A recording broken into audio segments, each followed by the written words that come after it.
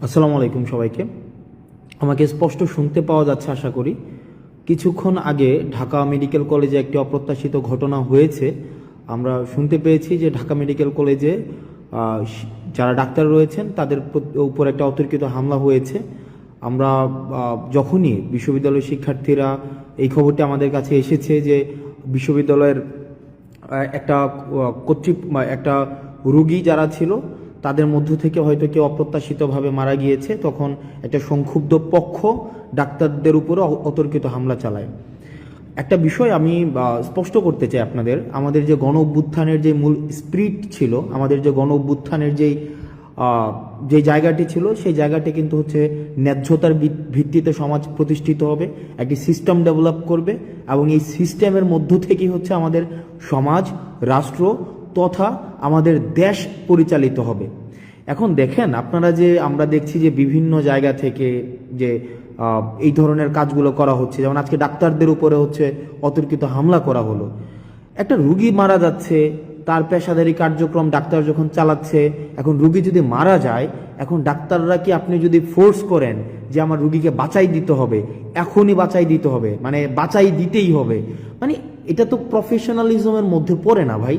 মানে এটা কেমনে সম্ভব যে আপনার ডাক্তারদের মতো করে কাজ করতে দেওয়া উচিত। আমি যদি তাকে ফোর্স করি, আমি দেখেছি আমরা বেশ অনেক দিন এই আন্দোলন পরবর্তী সময়ে, দীর্ঘ সময় আমরা হচ্ছে হসপিটালে ভিজিট করেছি। সেখানে দেখেছি যে ডাক্তাররা কি পরিমাণ নিরলসভাবে পেশাদারিত্বের সাথে তারা হচ্ছে কাজ করার চেষ্টা করে।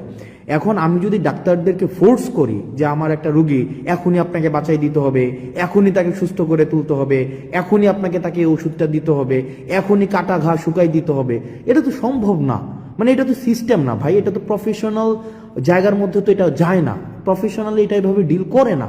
প্রফেশনাল জায়গা, ডাক্তারদের বিষয়টা ডাক্তাররা বুঝবে, শিক্ষকদের বিষয়টা শিক্ষকরা বুঝবে, ইঞ্জিনিয়ারের বিষয়টা ইঞ্জিনিয়ার বুঝবে, আমাদের যেই প্রফেশন সেই প্রফেশনের বিষয়টা তারা বুঝবে। এখন আমরা যদি তাদেরকে এভাবে ফোর্স করি, যেমন আজকে ডাক্তারদেরকে যেভাবে পিটানো হইলো, ডাক্তারদের তাদের কাছ থেকে যেভাবে বের করে দেওয়া হইলো, এটা কি একটা ইতিবাচক কোন ইমপ্রেশন ক্রিয়েট করছে আপনি বলেন?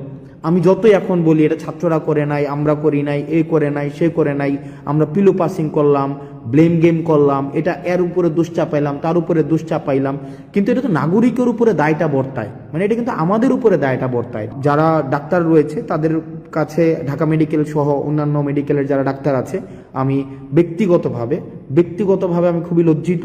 এবং আমি আপনাদের উপরে আজকে যেই হামলাটা হয়েছে সেটার, আমি যারা আইন শৃঙ্খলা রক্ষাকারী বাহিনী রয়েছে, আমি তাদের প্রতি অনুরোধ জানাবো তারা যেন যথাযথ ব্যবস্থা নেয়, এবং আমরা আমাদের জায়গা থেকে সেটি নিয়ে কথা বলবো। আমরা নিশ্চিত করতে চাই যে ডাক্তাররা তাদের পেশাদারি জায়গায় তারা নিজেদের মতো করে তাদের যে প্রফেশনালিজম, সেই প্রফেশনালিজমটা প্র্যাকটিস করতে পারবে। আমি যদি ডাক্তারকে প্রতিপক্ষ বানাই, শিক্ষককে প্রতিপক্ষ বানাই, ইঞ্জিনিয়ারকে প্রতিপক্ষ বানাই, আমি যদি এভাবে প্রতিপক্ষ শুধু বানাতেই থাকি, দিন শেষে আমি আসলে দেশটা কাদেরকে নিয়ে পরিচালনা করব? আমাদের জন্য দেখেন এই ব্লেমগুলো কিন্তু আমাদের উপরে আসবে। এখন তৃতীয় পক্ষ, চতুর্থ পক্ষ, পঞ্চম পক্ষ, এই যে পক্ষ আমরা দোষ দিতে পারবো, এই পক্ষের উপরে দোষ দিতে পারবো, ওই পক্ষের উপরে দোষ দিতে পারবো, আমরা এভাবে করতে পারবো, কিন্তু আলটিমেটলি কিন্তু এটা সলিউশনে যাবে না। এই কারণে আমরা এই যে ব্লেম গেমিং না করে ডাক্তারদের কাজটা ডাক্তারদেরকে করতে দেই, শিক্ষকদের কাজটা শিক্ষকদের করতে দেই, প্রশাসনের কাজটা প্রশাসনকে করতে দেই, পুলিশের কাজটা পুলিশকে করতে দেই, রাজনীতিবিদদের কাজটা রাজনীতিবিদদের করতে দেই। আমরা সেটিই চেয়েছিলাম, কারণ আমরা দেখেছিলাম যে ফেসিস্ট সরকারের সময় সব কাজ হচ্ছে গণভবন থেকে নির্ধারিত হতো, কিন্তু আমরা চেয়েছিলাম এভাবে না হোক। আমরা চেয়েছিলাম কি ডিসেন্ট্রালাইজেশন অফ পাওয়ারের মধ্য দিয়ে কি হবে, যার কাজটা সেই করতে পারবে। ডাক্তারদের কাজ ডাক্তাররা করবে, রাজনীতিবিদের কাজ রাজনীতি করবে, তারপরে হচ্ছে মিডিয়ার কাজ মিডিয়া করবে। কিন্তু আমরা দেখেছিলাম সেটা না হয়ে কি হয়ে গিয়েছিল, সবগুলো একসাথে ব্ল্যান্ডেড হয়ে গিয়েছিল। আর যখনই ব্ল্যান্ডেড হয়ে গিয়েছিল তখনই প্রবলেমটা হয়েছিল কি, ফেসিজমের উৎপত্তি হয়েছিল। তো সুতরাং আমি আপনাদের কাছে অনুরোধ করব, আপনাদের জায়গা থেকে অনুরোধ করব, বিভিন্ন জায়গাতে বিভিন্ন ডাক্তারদের উপরে, শিক্ষকদের উপরে এই ধরনের যে অপ্রত্যাশিতভাবে হামলাগুলো হচ্ছে সেগুলো নিন্দনীয়, এগুলো কোনোভাবেই কাম্য না। এখানে পাওয়ার পলিটিক্স পাওয়ার পলিটিক্স, পেশি শক্তি বা সিস্টেমের বিরুদ্ধে গিয়ে কোনো ধরনের জোর করে বাধ্যতামূলকভাবে কিছু করানো, এই বিষয়গুলোকে কখনোই আমরা স্বাগত জানাই না, এগুলোকে আমরা পৃষ্ঠপোষকতা দিইও না। এগুলো হচ্ছে আমাদের যে গণঅভ্যুত্থানের যে মূল স্পিরিট ছিল, মূল যে আমাদের যেই গণঅভ্যুত্থানের যেই জায়গাটি ছিল, আমাদের যেই গণঅভ্যুত্থানের আমরা সবাই যে নেমে এসেছিল রাস্তায়, সেই জায়গাটির সাথে সাংঘর্ষিক। সুতরাং আমরা যদি একটা দেশ গড়তে চাই, আমরা যদি একটি বৈষম্যহীন দেশ গড়তে চাই, সেই দেশের মধ্যে যার কাজটা তাকেই করতে দিতে হবে। পরিশেষে ডাক্তারদের সাথে যে আজকে যে ঘটনাটি হয়েছে সেটিকে আমরা নিন্দা জানাচ্ছি এবং আমরা প্রত্যাশা করব এই ধরনের ঘটনার কখনোই পুনরাবৃত্তি হবে না, কখনোই পুনরাবৃত্তি হবে না। এবং ডাক্তার সংশ্লিষ্ট যারা রয়েছেন, আপনারা যে নিরলসভাবে কাজ করে যাচ্ছেন সেটিকে আমরা স্বাগত জানাই। আপনারা যে নিরলস কাজটাকে আমরা সম্মান জানাই। আপনারা এই ক্রাইসিস মোমেন্টে যেভাবে নেমে এসছেন, আপনারা যেভাবে সেবা দিয়ে যাচ্ছেন, আমরা এটা স্বীকার করি যে চিকিৎসা খাতে অনেক ধরনের অসামঞ্জস্য রয়েছে, কিন্তু কিছু ডাক্তার রয়েছে তাদের জায়গা থেকে তারা নিরলসভাবে কাজ করে যাচ্ছেন। আরেকটি বিষয় সেটি হচ্ছে যে আপনারা অনেকে কমেন্টে গালাগালি করেন, বিভিন্ন বিষয়ে গালি দেন, বিভিন্ন বিষয়ে আপনারা বলেন যে পেইড পলিটিশিয়ান, আমরা টাকা খেয়েছি, তারপরে সেগুলো বলেন। আমার কাছে সেগুলো ভালো লাগে, এই কারণে ভালো লাগে কারণ আমাদের যে আন্দোলনটা ছিল, আমাদের আন্দোলনটা হচ্ছে আপনার এই গালির অধিকারটার জন্য।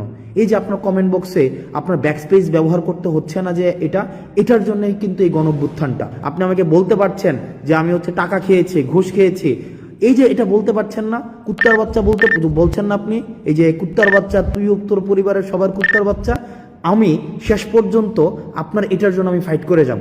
অর্থাৎ আপনি যেন এটা বলতে পারেন, কারণ অতীতে আমরা এটাও বলতে পারতাম না। আপনি যদি অতীতের সময়গুলো দেখেন, অতীতে কিন্তু আমাদের এটা বলারও অধিকার ছিল না। সুতরাং আমরা আপনার এই গালিটার জন্য আমরা ফাইট করেছি, আপনার দ্বিমত প্রকাশের জন্য আমরা ফাইট করেছি, এবং দ্বিমত প্রকাশটাই আমরা চাই যে আপনারা দ্বিমত প্রকাশ করতে পারেন। শুধুমাত্র সহমত প্রকাশ করবেন, আমি শুধু যেটা বলবো সেটাই আপনি বলবেন, আমরা এটা চাই না। প্রাথমিক সফল আমরা হয়েছি, তবে সেটির ধারাবাহিকতা অব্যাহত রাখতে হবে। সালামু আলাইকুম।